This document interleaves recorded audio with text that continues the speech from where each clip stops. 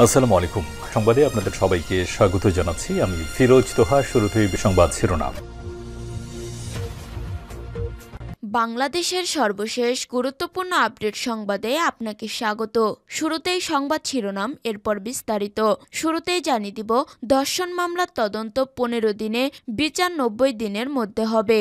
আইন উপদেষ্টা 180 দিনের বদলে 90 দিনের মধ্যে ধর্ষণের মামলার বিচার সম্পূর্ণ করতে হবে বলে জানিয়েছেন আইন, বিচার ও সংসদ বিষয়ক উপদেষ্টা আসিফ নজরুল। রোববার 9 মার্চ আইন মন্ত্রণালয়ের সভাকক্ষে এক সংবাদ সম্মেলনে সাংবাদিকদের একথা বলেন তিনি।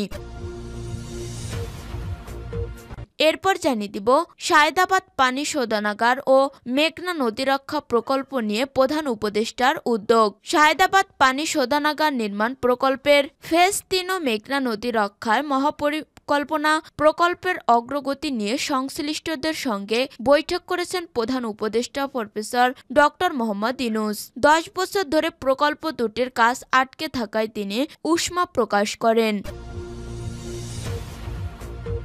এদিকে মাগুরায় শিশু ধর্ষণ অভিযুক্তদের 3 দিনের মধ্যে ফাঁসির দাবিতে রাবি শিক্ষার্থীর আমরণ অনশন। মাগুরায় শিশু আসিয়ার ধর্ষকদের 3 দিনের মধ্যে ফাঁসি কার্যকর করা সহ 3 দফা দাবিতে আমরণ অনশনে বসেছেন রাজশাহী বিশ্ববিদ্যালয়ের দর্শন বিভাগের 2022-23 শিক্ষাবর্ষের শিক্ষার্থী ফাতিন আলমাস অপূর্ব। রোববার 9 মার্চ দুপুর 1:30 মিনিটে তিনি বিশ্ববিদ্যালয়ের জোহা চত্বরে একাই অনশন শুরু করেন। এরপর জানিয়ে দিব, সাবেক ডেপুটি অ্যাটর্নি জেনারেল জান্নাতুল রূপার দেশত্যাগে নিষেধাজ্ঞা। সাবেক ডেপুটি অ্যাটর্নি জেনারেল জান্নাতুল ফেরদৌসী রূপার দেশত্যাগে নিষেধাজ্ঞা দিয়েছেন আদালত। রোববার 9 মার্চ দুদকের আবেদনের পরিপ্রেক্ষিতে ঢাকা মহানগর সিনিয়র স্পেশাল জজ জাকির হোসেন গালিবের আদালত এ আদেশ দেন। এদিকে সেনাবাহিনীর আওতাধীন 16 রাষ্ট্রীয় সংস্থা ও প্রতিষ্ঠানের নাম পরিবর্তনের প্রস্তাব। সাবেক প্রধানমন্ত্রী শেখ হাসিনা ও তার পরিবারের সদস্য ও আওয়ামী লীগ সরকারের সঙ্গে সংশ্লিষ্ট ব্যক্তিদের নামে থাকা সেনাবাহিনীর আওতাধীন 16 রাষ্ট্রীয় সংস্থা, প্রতিষ্ঠান ও স্থাপনার নাম পরিবর্তনের প্রস্তাব করা হয়েছে। রোববার 9 মার্চ প্রস্তাবিত নতুন নামসহ প্রতিরক্ষা মন্ত্রণালয়ের এ সংক্রান্ত একটি নথি প্রধান উপদেষ্টা বরাবর পাঠানো হয়েছে। এবং সর্বশেষ জানিয়ে দিব, বনশ্রীতে ব্যবসায়ীকে গুলি করে স্বর্ণলুট, গ্রেপ্তার 6 জন, 3 দিনের রিমান্ডে। রাজধানী বনশ্রীতে ব্যবসায়ীকে গুলি করে স্বর্ণলুটের মামলায় গ্রেপ্তার 6 জনকে 3 দিন করে রিমান্ডে দিয়েছেন আদালত। রোববার 9 মার্চ ঢাকার মেট্রোপলিটন ম্যাজিস্ট্রেট মাহবুব আলমের আদালত শুনানি শেষে এ আদেশ দেন। প্রিয় দর্শক, এতক্ষণ শুনছিলেন সংবাদ শিরোনাম, এরপর বিস্তারিত। তবে তার আগে বন্ধু জানিয়ে দিন আপনি কোন স্থান থেকে আমাদের সংবাদটি দেখছেন এবং শুনছেন। জানিয়ে দিন এই সংবাদ সম্পর্কে আপনার মূল্যবান মতামত। আর বন্ধু, আপনি যদি আমাদের চ্যানেলে নতুন হয়ে থাকেন তাহলে ভিডিওটি দেখতে দেখতে চ্যানেলটি সাবস্ক্রাইব করে রাখুন, যাতে করে আমাদের পরবর্তী সংবাদগুলো সবার আগে আপনার কাছে পৌঁছে যায়। এবারে বিস্তারিত।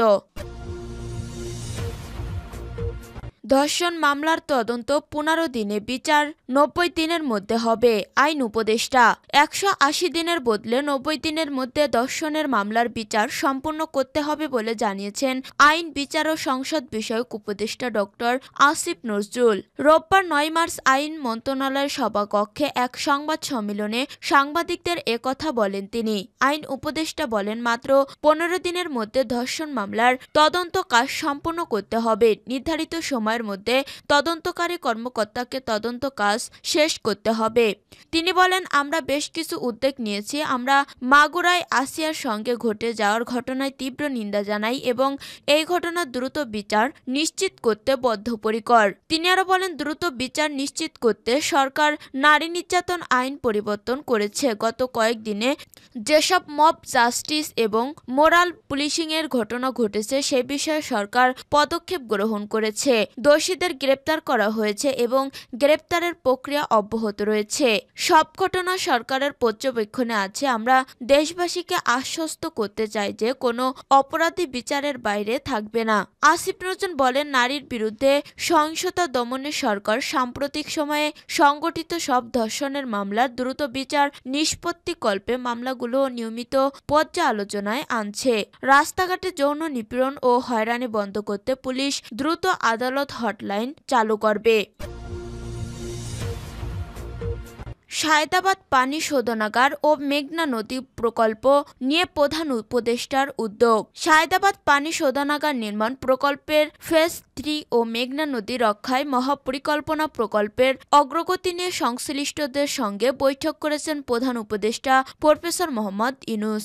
10 বছর ধরে প্রকল্প দুটির কাজ আটকে থাকায় তিনি উষ্মা প্রকাশ করেন। বৈঠকে প্রধান উপদেষ্টা বলেন, এত গুরুত্বপূর্ণ প্রকল্প প্রায় 10 বছর ধরে আটকে আছে, অথচ ঢাকা শহরের মানুষের জন্য এটি অত্যন্ত জরুরি। ভূগর্ভস্থ পানি উত্তোলনের ফলে পরিবেশ হুমকির মুখে পড়ছে, অথচ সমাধানের পথ থাকলেও তা কার্যকর করা হয়নি। রোববার 9 মার্চ রাষ্ট্রীয় অতিথি ভবন যমুনায় অনুষ্ঠিত এ বৈঠক স্থানীয় সরকার বিভাগ, ঢাকা ওয়াসা পরিকল্পনা কমিশনের ভৌত অবকাঠামো বিভাগ, অর্থনৈতিক সম্পর্ক বিভাগ, ইআরডি, পরিবেশ, বন ও জলবায়ু পরিবর্তন মন্ত্রণালয় ও পরিবেশ অধিদপ্তরের উচ্চ পদস্থ কর্মকর্তারা উপস্থিত ছিলেন। এছাড়া প্রধান উপদেষ্টার এসডিজি বিষয়ক মুখ্য সমন্বয়ক লামিয়া মোর্শেদ ও মুখ্য সচিব সিরাজ উদ্দিন মিয়াও বৈঠকে অংশ নেন। প্রকল্প বাস্তবায়নে কোথায় বাধা রয়েছে তা সংশ্লিষ্ট বিভাগ ও মন্ত্রণালয়ের কাছে জানতে চান প্রধান উপদেষ্টা। একই সঙ্গে খরচ কমানোর বিষয়ে আলোচনা করেন তিনি। সংশ্লিষ্টরা জানান, বর্তমানে ঢাকা শহরের মোট পানি সরবরাহের প্রায় 70% ভূগর্ভস্থ উৎস থেকে আসে। দীর্ঘদিন ধরে ভূগর্ভস্থ পানি ব্যবহারের ফলে পানির স্তর প্রতি বছর 2 থেকে 3 মিটার নিচে নেমে যাচ্ছে, যা ভবিষ্যতে বড় বিপর্যয়ের কারণ হতে পারে। এই সংকট মোকাবেলায় মেঘনা নদী থেকে পানি এনে সায়দাবাদ পানি শোধনাগার প্রকল্প ফেজ 3 এই শোধনাগার করে সরবরাহের উদ্যোগ নেওয়া হয়েছে। এই প্রকল্পের অংশ হিসেবে মেঘনা নদী রক্ষা মহাপরিকল্পনাও গ্রহণ করা হয়েছে। প্রকল্প বাস্তবায়নে জার্মানি, ফ্রান্স, ডেনমার্ক ও ইউরোপীয় ইউনিয়ন সহায়তা করছে। ইউরোপীয় ইউনিয়ন সহ অন্যান্য বিদেশি সংস্থা ভবিষ্যতেও সহযোগিতা অব্যাহত রাখার প্রতিশ্রুতি দিয়েছে। তবে 10 বছর আগে পরিকল্পনার কাজ শুরু হলেও এখনও বাস্তবায়ন শুরু হয়নি। মাগুরায় শিশু ধর্ষণ অভিযুক্তদের 3 দিনের মধ্যে ফাঁসির দাবিতে রাবি শিক্ষার্থীর আমরণ অনশন। মাগুরায় শিশু আসিয়া ধর্ষকদের 3 দিনের মধ্যে ফাঁসি কার্যকর সহ 3 দফা দাবিতে আমরণ অনশনে বসেছেন রাজশাহী বিশ্ববিদ্যালয়ের রাবি দর্শন বিভাগের 2022 থেকে 23 শিক্ষাবর্ষের শিক্ষার্থী ফাতিন আলমাস অপূর্ব।